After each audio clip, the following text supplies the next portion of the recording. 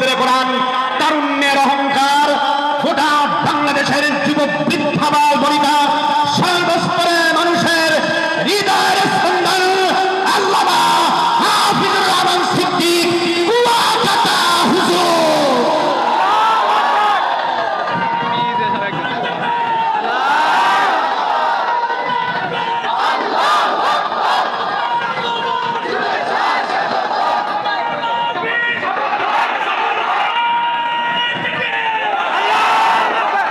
আলহামদুলিল্লাহ, আলহামদুলিল্লাহ। আমাদের প্রধান আকর্ষণ, প্রধান অতিথি, এদেশের লক্ষ্য করি তৌহিদনতা, হৃদয়ের স্পন্দন এবং বাতিলের বিরুদ্ধে বলিষ্ঠ কণ্ঠস্বর, খণ্ড বেদাতিদের